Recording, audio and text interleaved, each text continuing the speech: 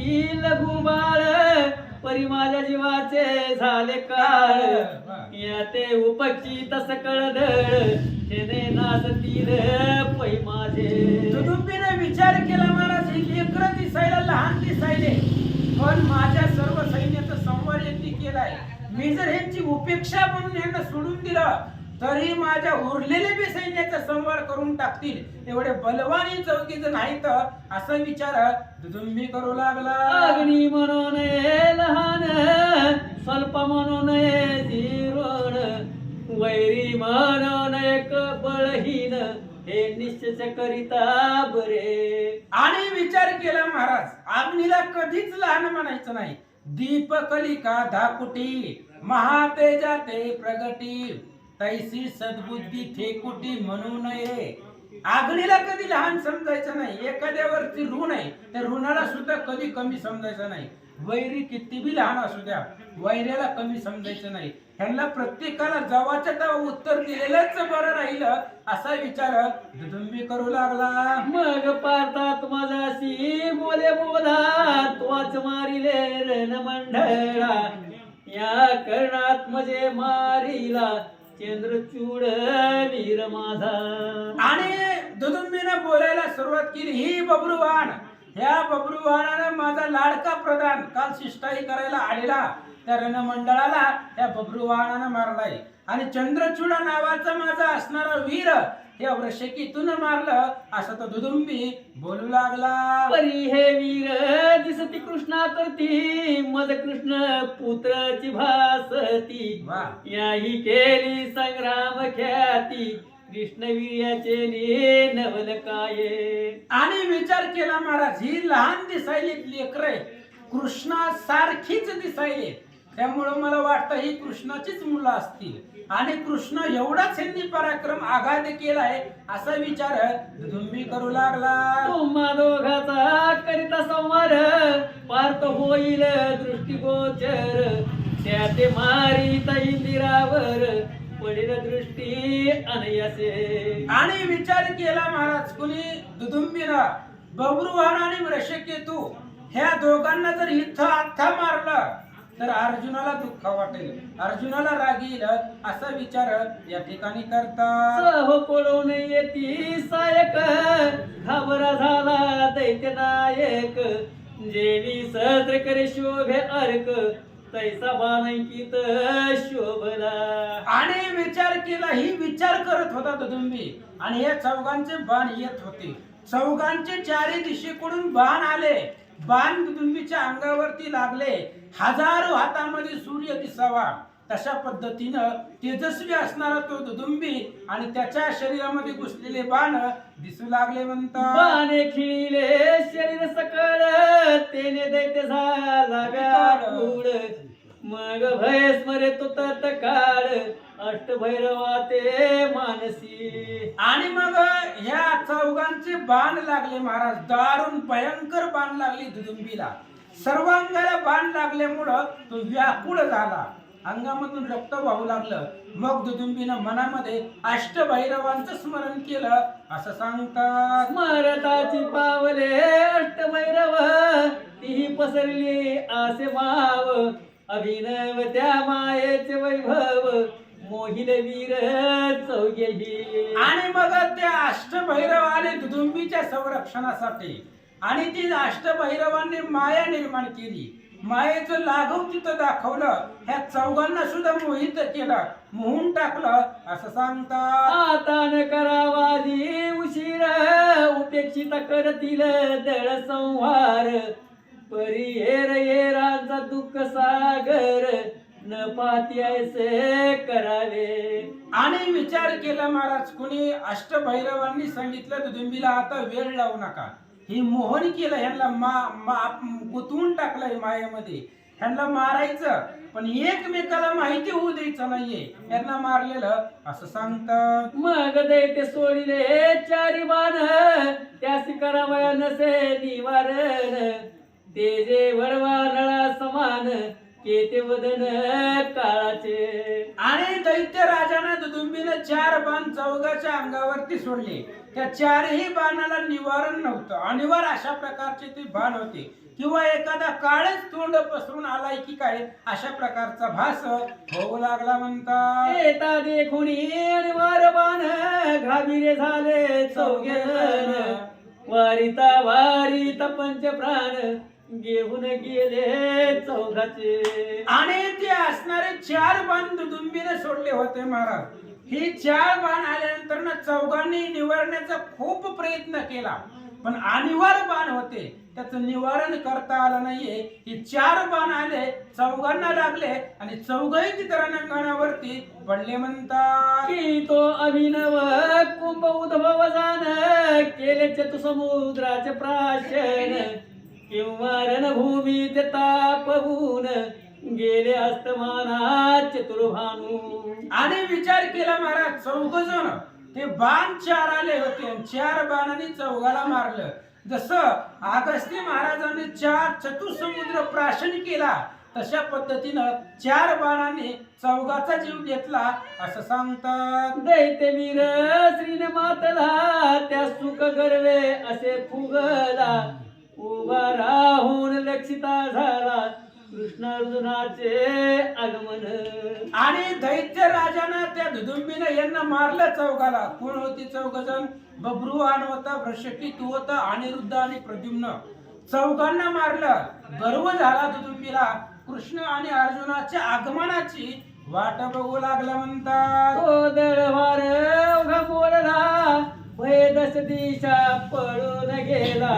तो घायाळ सांगती पार्थाला चौघे वीर निभाले की. आणि 4 जण या सैन्यामध्ये सेनापती होते महाराज, युवराज होते, राजाची मुलं होती. 4ही राजाची मुलं होती महाराज. एक कर्णाचा मुलगा होता, दुसरा अर्जुनाचा होता आणि 2 भगवान श्रीकृष्णाची होती. राजाची मुलं राजकुमार होती. ते रणांगणावरती पडल्यावर घायाळ पळून गेले आणि कृष्ण अर्जुनाला सांगितलं, चौघांनाही दुदुंबीनं मारलं म्हणतात. ते ऐकून कृष्ण अर्जुन अत्यंत झाला क्रोधायमान. कट कट म्हणती झाले मगन पुत्र मरण शोकाब्दित.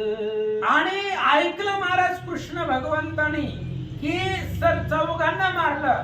कृष्णाने विचार केला, त्या चौघांमध्ये तर 2 आपलीच मुलं आहेत आणि आपली मुलं मारल्यामुळं भगवंताला दुःख झालं म्हणतात. समुद्र वलयेचे भूषण तैसे वीर होते चौघे जण.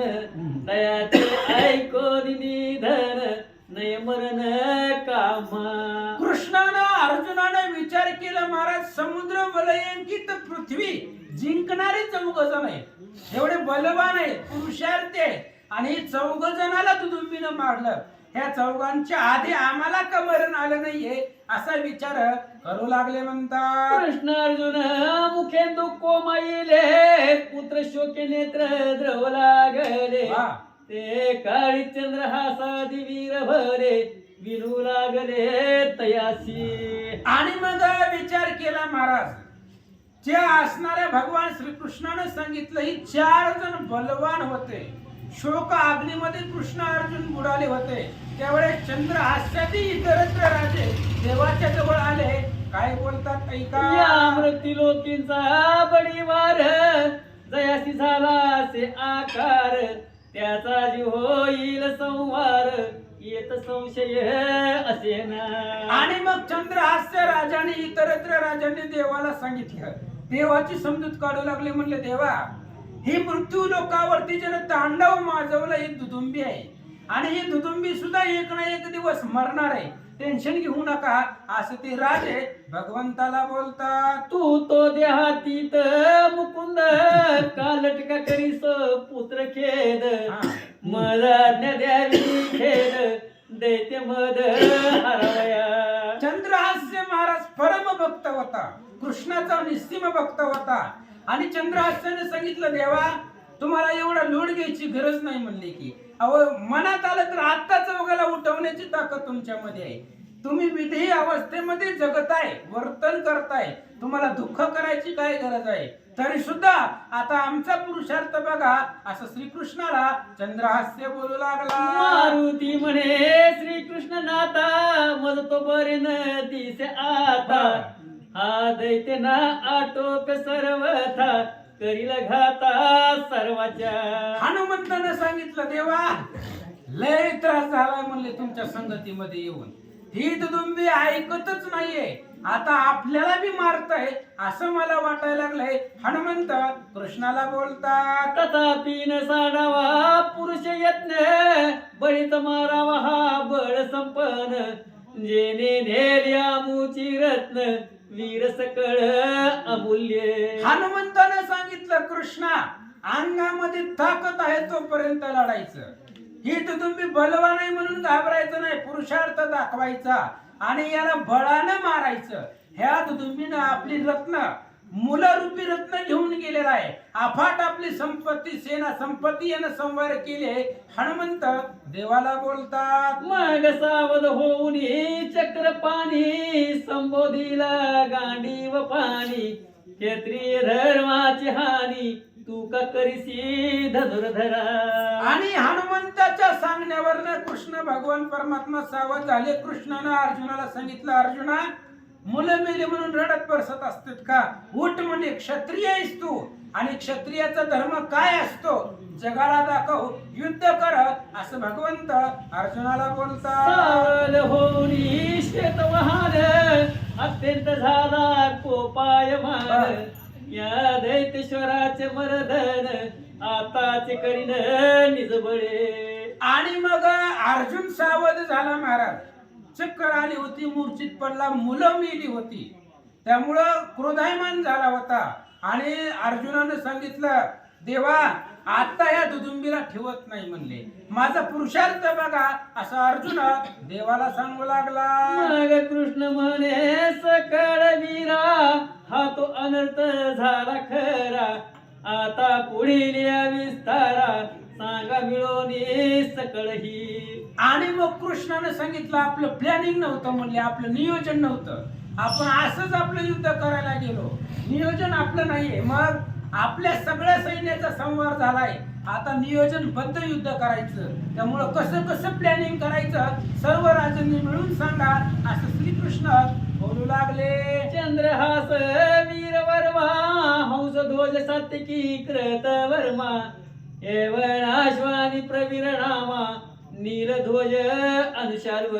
कृष्णानं सांगितलं हे बघा प्रसिद्ध राजे चंद्रहास्य आहेत, वीरवर्मा आहे, कृतवर्मा आहे, अनुशाल्व आहे, अशा प्रकारचे अनेक राजे लोक आहेत. तुम्ही सगळी मिळून या, आपण काहीतरी नियोजन करू असं भगवंत बोलतात. इत्यादी वीर पाचारून त्यासी विचार पूष कृष्ण आता कैसे करावे समरंगण तो मज विचार सांगावा. हे सगळ्या वीराला भगवान श्रीकृष्णानं जवळ बोलावलं आणि सांगितलं बाबा हे आपल्याला ऐकत नाहीये दुदुंबी, मग ह्याच्या बरोबर कसं युद्ध करावं सगळ्यांचे विचार सांगा असं सांगतात. चंद्रहास म्हणे जी माधवा हा दळवार अष्टधा विभागावा अष्टधीच्या शिराहून कोंडावा ऐसा करावा विचार.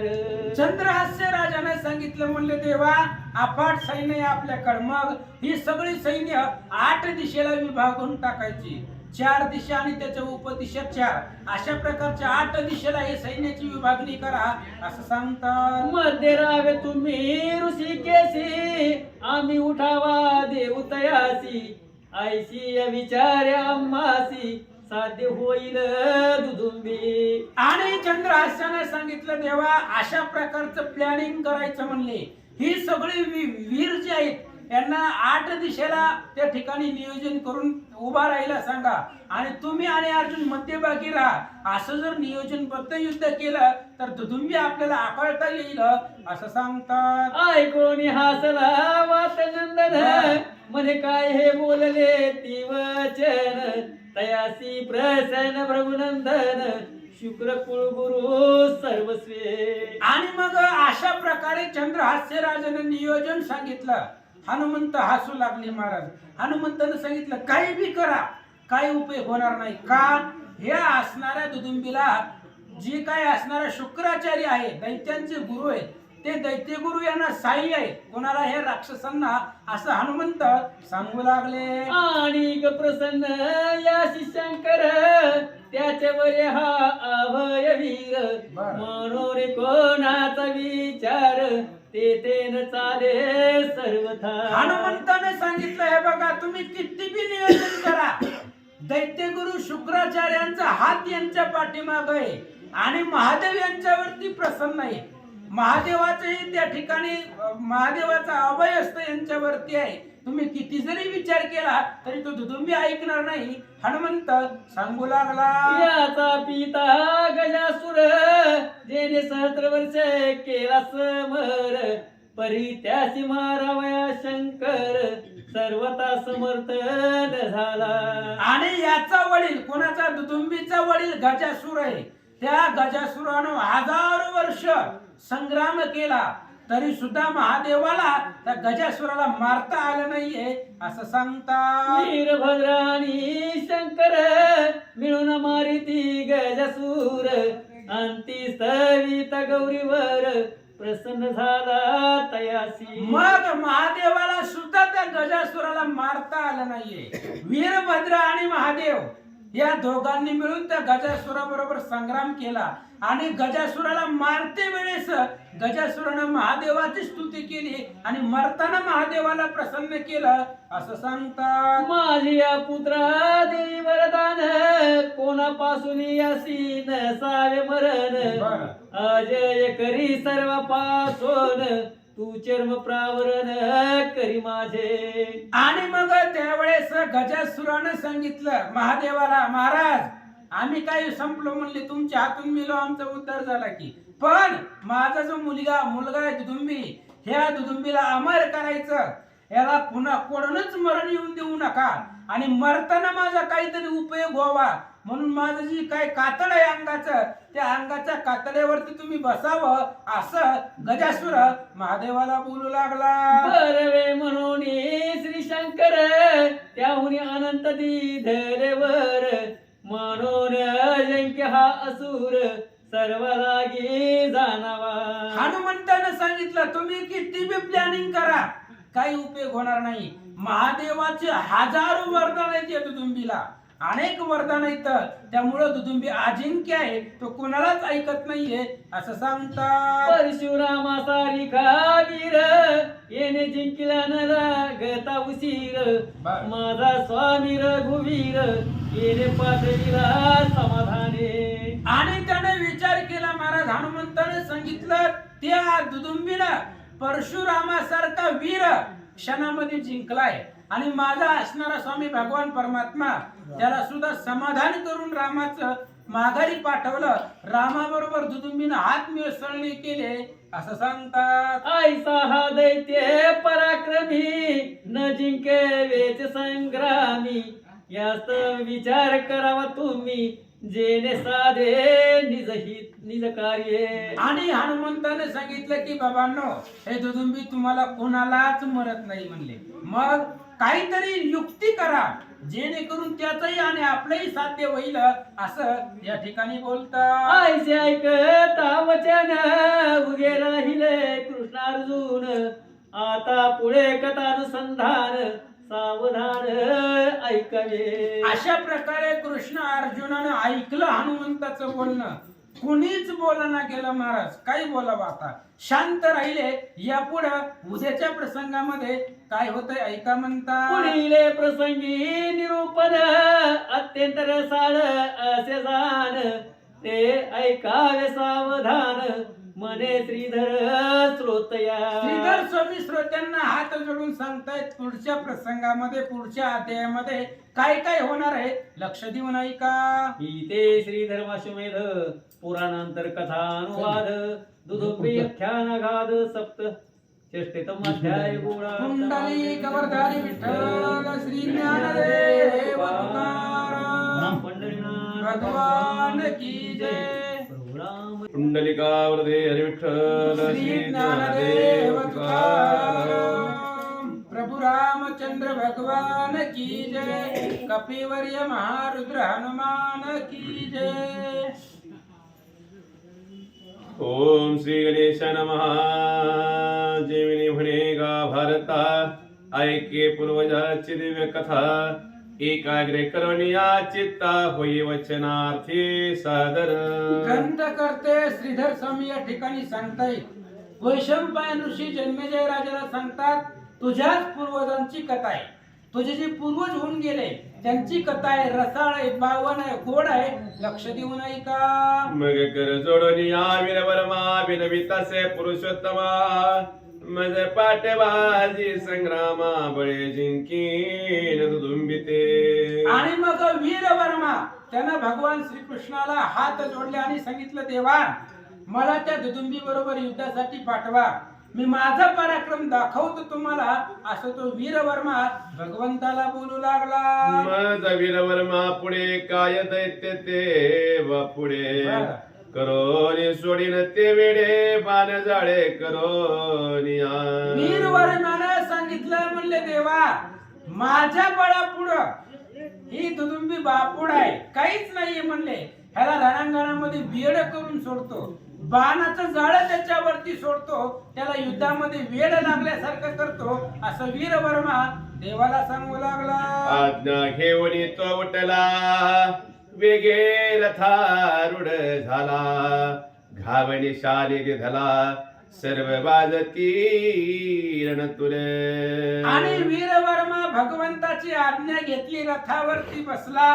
अनेक प्रकारचं वाद्य त्या ठिकाणी वाजवले आणि थाटा माटामध्ये वीरभद्र दुदुंबीकडे निघाला. काळ मृदंग शंख भेरी दुधुंबी दमा मेलन मोहरी. जेंगटे सनयाना परे सैन्या माझारी वाजती. अनेक प्रकारचे त्या ठिकाणी वाद्य होते महाराज. सनई होत्या. अनेक प्रकारचं त्या ठिकाणी वाद्याच्या गजरामध्ये तो वीरवर्मा युद्धाला निघाला म्हणतात. 32 अक्षयोनी भार्य घेऊन चालला तो वीर. आपल्या पराक्रमाचा विस्तार दाविता झाला कृष्णा पुढे. 32 अक्षयी दळ आहे महाराज. एवढा अथांग सेना समुद्र वीरवर्म्यानं बरोबर घेतला आणि भगवंताच्या समोर पुरुषार्थ करायचंय महाराज. पुरुषार्थ बघणारा देव आहे. मग तिथं हारलं काय आणि जिंकलं काय त्याचा विषय नाहीये. पण देवाच्या पुढे पुरुषार्थ दाखवायचा आहे याचा आनंद वीरवर्म्याला झाला म्हणतात. दळशी चालिला वीरवर्मा सैन्य धुळीने व्यापिले विमान. तळी भार झाला शेष कुर्मा आयसा गज भार चालिला. आणि तो वीरवर्मा अथांग 32 अक्षयी सेना बरोबर घेतले. त्याच्यामध्ये घोडेदळ होते, हातीदळ होते, पायदळ होते आणि अशा प्रकारचं सैन्य घेऊन निघाला. त्या रणांगणामधल्या धुळीनं सूर्य सुद्धा झाकून गेला आणि हत्तीच्या दाबानं भारानं कुर्म आणि शेष ते सुद्धा त्यांना सुद्धा पृथ्वीचं वज झालं असं सांगतात. की कुंदर रूपे पर्वत धावती त्यांच्या तयाच्या कटकात. की त्या विमाना सारिके दिव्य रथ ध्वज पताके शोभती. आणि त्या असणाऱ्या जमिनीवरनं हत्ती निघाले महाराज. हत्तीचं एवढं वजन होतं की पर्वताचं वजन जेवढं लागावं तेवढं हत्तीचं वजन लागत होतं. दिव्य अशा प्रकारच्या विमानासारखे ते रथ जमिनीवरनं धावत होते असं सांगतात. आयसा वीरवर्मा तो लोटला येता दैत्यराये तो देखिला. तोही वेगे रतारूढ झाला बळे उठावला तयावरी. अशा प्रकारचा वीरवर्मा सेना समुद्र घेऊन येताना दुदुंबीनं पाहिलं महाराज.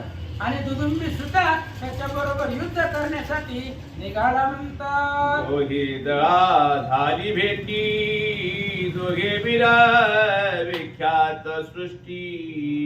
करीते झाले वृष्टी परस्परे अनिवार. दोन दळांची भेट झाली महाराज. दुदुंबीचंही सैन्य होतं आणि वीरवर्म्याचंही सैन्य होतं. दोघही युद्धे बल सागर होते, बलवान होते, प्रवीण होते आणि अशा प्रकारचे दोघं सैन्य एकमेकांमध्ये मिसळलं युद्ध करू लागले म्हणतात. भैरव सांगती रायासी वीरवर्मा आला जिरनाशी यम जामात जयासी सावध वेगे होईज. आणि ती वीरभद्र अष्टभैरव जे आहे त्या अष्टभैरवाची प्रार्थना दुदुंबीने केलेली होती आणि ती अष्टभैरव महादेवाचे दूत आणि त्या दुदुंबीच्या साह्याला होते. भैरवांनी सांगितलं दुदुंबीला, म्हणले राजा ही जी वीरवर्मा येतोय पाठीमागच्या राजासारखा नाहीये, वीरवर्मा एवढा बलवान आहे, यमराज ज्याचा जावाई आहे अशा प्रकारचा तो वीरवर्मा आहे असं सांगतात. बगर तारुड वीर दुदुंबी वाजत्या झाल्या रण दुदुंबी तो प्रतिशब्दन माये नबी आयसे झाले वाद्य शब्द. मग दुदुंबीनं त्या भैरवांचं ऐकलं, रथावरती बसला. अनेक प्रकारचे रणदुंबी असतात, रणवाद्य आहेत, ते वाद्य वाजू लागले आणि त्या वाद्यांचा आवाज आकाशामध्ये सुद्धा सामावत नव्हता असं सांगतात. 14 कोटी अश्वस्वर तितुकेची चालिले कुंजर 10 कोटी रथ परिवार पाय भारा मित नाही. अनेक प्रकारचं सैन्य होतं महाराज दुदुंबीचं. 14 कोटी हत्तीदळ होतं, 10 कोटी त्या ठिकाणी असणारे घोडेदळ होते, पायदळ होते, रथदळ होते, याला चतुरंग दळ म्हणायचं. आणि अशा प्रकारचे चतुरंग दळासमवेत दुदुंबी निघाला. वीरवर्मा निरदळे मिसळला बाण जाळ वर्षो लागला वीर घायाळ ते वेळा पळू लागले 10 दिशा. वीरवर्म्याने दुदुंबीच्या सैन्यामध्ये प्रवेश केला, बाणांचं जाळं राक्षसांवरती सोडलं आणि 10 दिशेला दुदुंबीचं सैन्य पळू लागलं म्हणतात. वीरवर्मा वीर अद्भुत शर सोडित असे अमित जेवी मेघधारा वर्षत शैलाद्री तया परी. वीरवर्मा बाण सोडू लागला महाराज, अफाट अशा प्रकारचे. आकाशामधून पाऊस पडावा आणि ते मेघा पावसाच्या धारा जेवढ्या जमिनीवरती पडतात अफाट असतात, ते मोजता येत नाही, तेवढे बाण तो वीरवर्मा सोडू लागला. स्वरावरी सुर लोटती स्वार कुंजरावरी कुंजर रहंवरावरी रहंवर द्वंद्व संग्राम होत असे. ही द्वंद्व संग्राम आहे महाराज. हत्ती दळावरती हत्ती दळ जायचं, घोडे दळावरती घोडे दळ जायचं, रथ दळावरती रथदळ आणि जी काही पायाने आलेले असतात पायदळ तेही एकमेकावरती द्वंद्व युद्ध दुदुंबी आणि वीरवर्मा यांचं चालू झालं. ऐसा वीरवर्म्याचा पुरुषार्थ बलाने पावोनी हनुमंत श्रीकृष्णासी असे सांगत वीर पाडिले जी. हनुमंत ध्वजावरती होते महाराज, कोणाला दिसत नव्हतं, ते हनुमंताला दिसत होतं. वरती असल्यामुळं खालचं सगळं हनुमंताला दिसत होतं आणि हनुमंताने सांगितलं देवा हा जो वीरवर्मा आहे त्यानं अफाट युद्ध केलं आणि दुदुंबीचं अनेक सैन्य पाडलं असं सांगतात. वीरवर्मा वीर उद्धट मारिले रथ गजाचे थाट वाट केली से सपाट आला रथे चालवाया. आणि मग हनुमंतानं सांगितलं वीरवर्मा वीर आहे, उद्धट आहे, बलवान आहे, दाटूक आहे.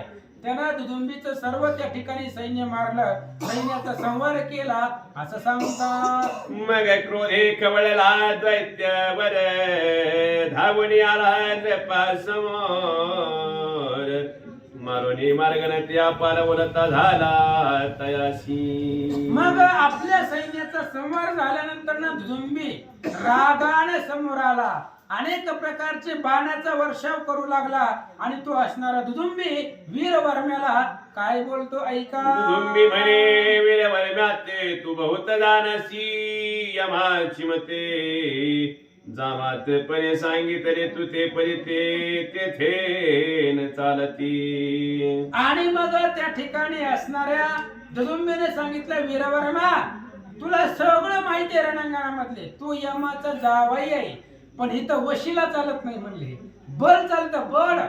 तुझ्या जरी यमाचा जावाई असला तरी आता माझ्या पुढे पुरुषार्थ दाखव, असं दुदुंबी वीरवर्म्याला बोलू मी लागला. तो कांताचा अंत केळी काळाशी माझा धाक, मज पुढे दिसशी तू रंक, नेनशी माझा पराक्रम. दुदुंबीनं वीरवर्म्याला सांगितलं, अरे मला बघितल्यावर यम सुद्धा बसलेल्या जागेवर थरथर कापतोय, काळ सुद्धा मला घाबरतोय, एवढा माझा प्रताप आहे, तुला माहिती नाहीये, असं दुदुंबी बोलू लागला.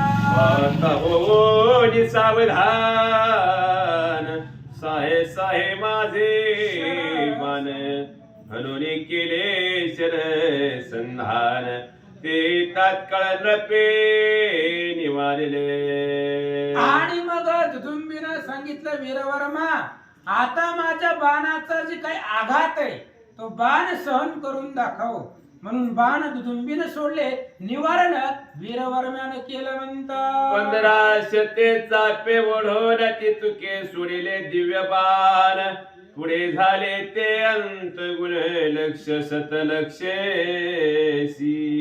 दुदुंबीला एवढे महाराज 300 हात होते, त्यामुळे त्या ठिकाणी 1500 बाण एकदमच सोडलेले होते, असं सांगतात. वीर वर्मा वीर बरवार धरो साया काची परवा, शरे शरवारो दैत्य पुंगमा, मारिता झाला शरे घाते. वीरवर्मा वीर होता महाराज, 1500 बाण समोरून आले, घाबरला नाहीये, तरी सुद्धा आपल्या बाणाच्या प्रभावानं त्याच्या बाणाचं निवारण केलं आणि बाण वीरवर्मा दुदुंबीच्या अंगावरती सोडू लागला. सवेची शिरमुख शरे सोडिला, तो दैत्य स्तनावरी मा भरिला, तेने दैत्य राज भांबावला भ्रमित झाला क्षण मात्र. शिरमुख नावाचा बाण वीरवर्म्यानं काढला, दुदुंबीच्या अंगावरती सोडला, दुदुंबी भांबावल्यासारखं रणांगणामध्ये त्याला झालं, असं सांगतात. सावध भोवनी दीड सहस्त्र गदा घेता आला असुर, गदा घाते द्रपेद भार चूर्ण केला क्षण मात्र. लगेचच सावध झाला महाराज, मूर्छना तात्पुरती रणांगणामध्ये असते. दुदुंबी सावध झाला, हातामध्ये गदा घेतली आणि वीरवर्म्याचं जे सैन्य आहे त्या सैन्याचं निर्धारण दुदुंबी करू लागला. गजा तुरंगम रथ याचा सहाय केला बहुत, मग तो सिंह नादे गरजत शक्ती तोमरा देवर्षी तसे. आणि मग दुदुंबीनं त्या असणाऱ्या वीरवर्म्याचं सर्व सैन्याचा संहार करू लागला महाराज. घोडेदळ मारले, कुंज हत्तीदळ मारले गेले, शक्ती हातामध्ये घेतली, गर्जना करू लागला. वीरवर्म्याचे सोडोने बाणे सदा गदा सर्व गदांचे केले चूर्ण, रतास्तव सर्व मारून ध्वजही पाळीला भूतळी. आणि मग त्या ठिकाणी असणाऱ्या त्या वीरवर्म्यानं बाण घेतला, त्याची असणारी गदा छेदली, त्याचा ध्वज तोडला, असं सांगतात. मग द्रपे टाकिले यमास्त्र, बाण टाकोनिया विचित्र, तेने ताडिले दैत्य गात्र, यमास्त्र तेने निवारिले. वीरवर्म्यानं यमास्त्र सोडलं महाराज, आणि यमास्त्र सोडल्यानंतर त्याच्या दुदुंबीच्या सगळ्या अंगावरती बाण लागले. दुदुंबीनं त्या यमास्त्राचं निवारण केलं, असं सांगतात. 1500 तोमर टाकिले ते मध्ये चिंद्रपे छेदिले, सर्व ही व्यर्थ होऊन गेले, जीवी मनोरथ दरिद्रियाचे. आणि मग त्या दुदुंबीनं 1500 तोमर युद्धात असणारे शस्त्र वीरवर्म्याच्या अंगावरती सोडले. वीरवर्म्यानं आपल्या पराक्रमानं ते सगळे असणारे 1500 तोमर त्याचा संहार केला, असं सांगतात. आग्नेयास्त्र सोडून नृपवले जाळली असुरांची छत्र चामरे, भस्म झाली हो ऋण तुरे, मग तिने मरुणास्त्रे विझवले. आणि वीरवर्म्यानं अग्निअस्त्र सोडलं, त्या अग्निअस्त्राच्या प्रभावानं दुदुंबीचे छत्र, रथ, सैन्य ध्वज पताका चामर सगळं जळू लागलं. मग दुदुंबीनं वरून अस्त्र सोडलं आणि जळालेलं सगळं विजवलं म्हणतात. द्रपे सोडिले वायू अस्त्र दैत्य घातले पर्वतास्त्र थोर येरो वज्र सोडी आणि वार उभय दळाते भंगित. आणि मग राजानं वीरवर्मेनं वायू अस्त्र सोडलं. पुन्हा त्या दुदुंबीनं पर्वत अस्त्र सोडलं.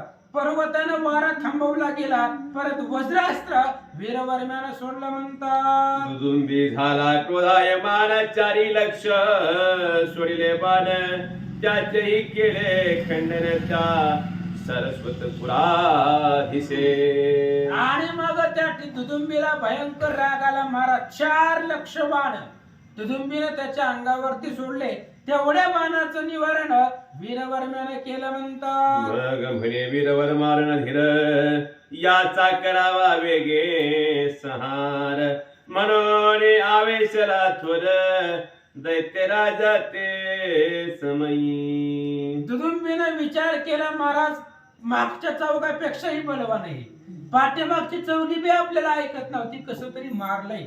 आता ह्याला जर आपण नाही लवकर मारलं तरी आपल्याला मारायला मागं पुढं बघायचं नाहीये. म्हणून त्या ठिकाणी आवेश दुदुंबीला आला म्हणतात. मग तिने काढिला निर्वाण बाण जेवी प्रयाग्नी समान तेज भरले से गगन पर्वत उडती शर घाते.